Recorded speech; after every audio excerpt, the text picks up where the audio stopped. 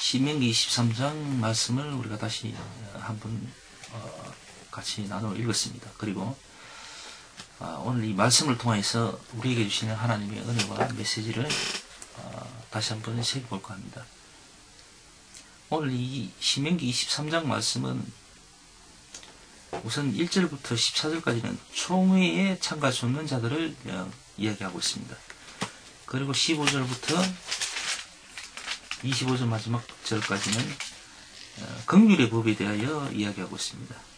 전체적으로 오늘 이 말씀이 이야기하고 있는 것은 하나님 앞에 나올 때에, 하나님의 이름으로 모임에 나올 때에 깨끗하고 거룩한 모습을 가져야 한다라고 지금 이야기하고 있는 것이죠.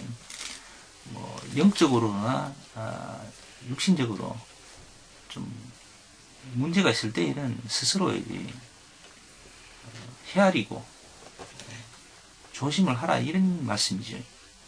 특히 오늘 말씀 중에는 우리가 꼭 명심하고 새겨야 될 말씀이 있는데 3절 말씀과 4절 말씀 그리고 6절 말씀을 다시 한번 보겠습니다. 다시 한번 읽어드릴게요. 암몬 사람과 모압 사람은 여호와의 총회에 들어오지 못하리니 그들에게 속한 자는 10대뿐 아니라 영원히 여호와의 총회에 들어오지 못하리라. 4절 그들은 너희가 애굽에서 나올 때에 떡과 물로 너희를 길에서 영접하지 아니하고 메소포타미아의 드볼 사람 부올의 아들 발람에게 뇌물을 주어 너희를 저주케 하려 하였으나 6절 다시 한번 볼까요? 너희 평생에 그들의 평안과 형통을 영원히 구하지 말지니라, 이렇게 되어 있습니다. 오늘 이 말씀을 보면은, 이 말씀은 무슨 얘기를 하고자 하는가 하면은, 하나님은 지난날을 기억하신다는 것입니다. 과거에 내가 지은 죄를 이제 오늘 회개를 했고 반성을 했으니까 과거의 죄는 생각하지도 않아도 될 거라는 그런 생각을 갖고 있으면 그건 착각입니다. 지난날의 자신의 잘못이라든가 같은 죄악들에 대해서 깊이 반성과 회개는 물론이거니와 그것을 생각함으로 인해서 스스로 장래에 있을 일에 대해서도 준비를 해야 된다는 겁니다. 우리 인간은 본디 불완전해서 언제 어떻게 어떤 일이 생기고 어떤 모습으로 존재할지를 우리가 장담하지는 못하는 거죠. 그래서 하나님께서는 몸소 지난 날을 갖다가 기억하시는 그 사실에 대해서 말씀을 통해 지금 이야기하고 있는 겁니다. 그래서 예전에 이스라엘이 출애굽할 때 당시에 광야에서 암몬 사람이나 모압 사람들이 행한 행위들, 그것을 하나님은 기억하고 계신다는 거예요. 지난 이후에도 나는 반드시 그걸 기억하고 있다. 시간과 공간에 상관없이 하나님은 절대로 그것을 잊지 않으신다는 겁니다. 그거 기억하시고 그 행한 그대로의 어떤 대가를 하나님은 분명히 지불한다는 거예요. 그래서 하나님을 믿는다는 사람들도 그것은 예외는 아닌 것 같습니다. 그리고 오늘날에도 생각해 보면은 예외가 아니고 그대로 적용되는 것 같아요. 비록 그가 하나님을 믿고 그리스도인이라 할지라도 그가 지은 죄에 대해서만큼은 그냥 장래에 그것을 그냥 없이 한다거나 또는 그것을 하나님께서 잊고 계신다는 건 아닌 것 같아요. 분명히 하나님은 그걸 기억하고 계신다는 거죠. 기억하시고 적절하게 하나님은 그 상응하는 어떤 모습으로 역사하신다는 겁니다. 지난날 다윗이 성전 건축을 시도하려고 했잖아요. 그런데 다윗에게는 허락하지 않았습니다. 왜 그랬을까요? 다윗이 지난날 참 큰 죄들을 많이 지었잖아요.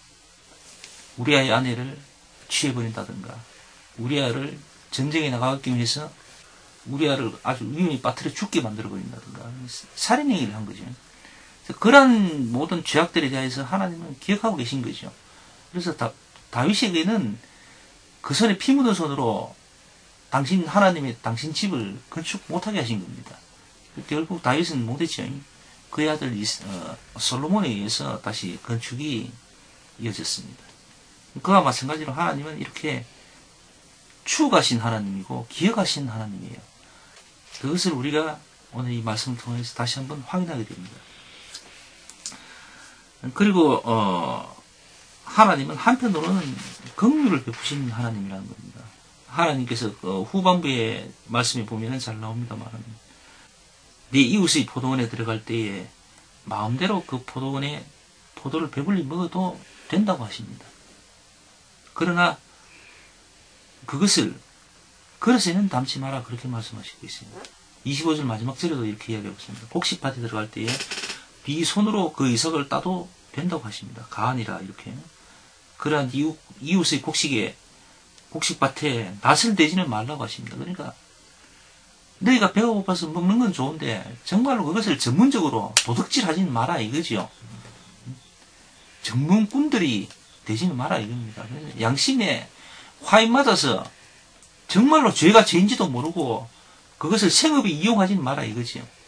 정말 배가 고파서 힘겨워서 견디다 못해 그런 일은 할 수 있다, 이거예요. 하나님은 그걸 아신다는 겁니다. 그래서 하나님은 우리가 힘겹고 어려운 부분에 대해서 분명히 알고 계신다는 거예요. 그래서 긍휼을 베푸신다는 겁니다. 이해를 한다는 거예요. 우리가 간혹 너무나 힘겹고 어려워서 정말 정신이 혼미한 가운데서 정말 알게 모르게 죄 짓는 거 하나님께서는 이해한다는 겁니다. 충분히 이해를 한다는 거예요.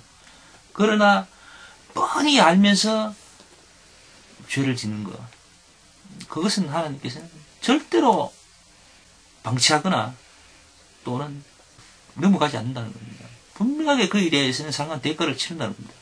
그것이 시간과 공간의 개념을 초월해서 적용하신다는 거예요. 그래서 상당히 우리 하나님은 어떤 면에서는 보면 굉장히 무서운 분입니다.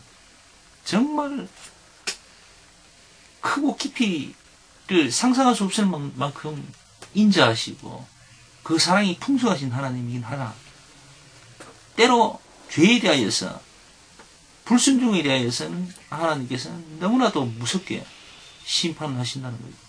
그래서 우리가 그 부분에 대해서 분명히 생각을 하고 하나님 앞에 존재해야 될 줄로 그렇게 믿습니다. 자, 오늘 말씀 여기까지 하고 성찬식을 하겠습니다.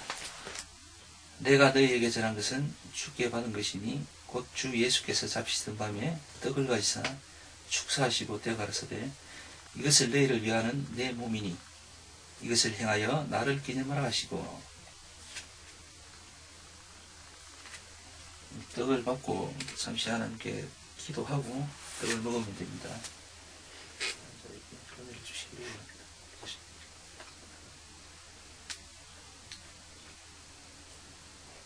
봅시다. 식후에 또한 이와 같이 잔을 가지시고 가라사대 이 잔은 내 피로 세운 새 언약이니 이것을 행하여 마실 때마다 나를 기념하라 하셨으니.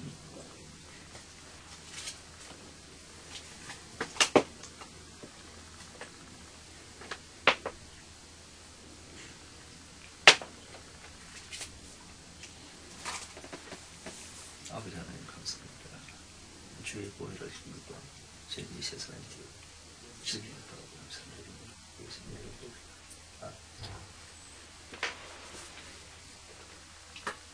너희가 이 떡을 먹으며 이 잔을 마실 때마다 주의 죽으심과 오실 때까지 전하는 것이니라.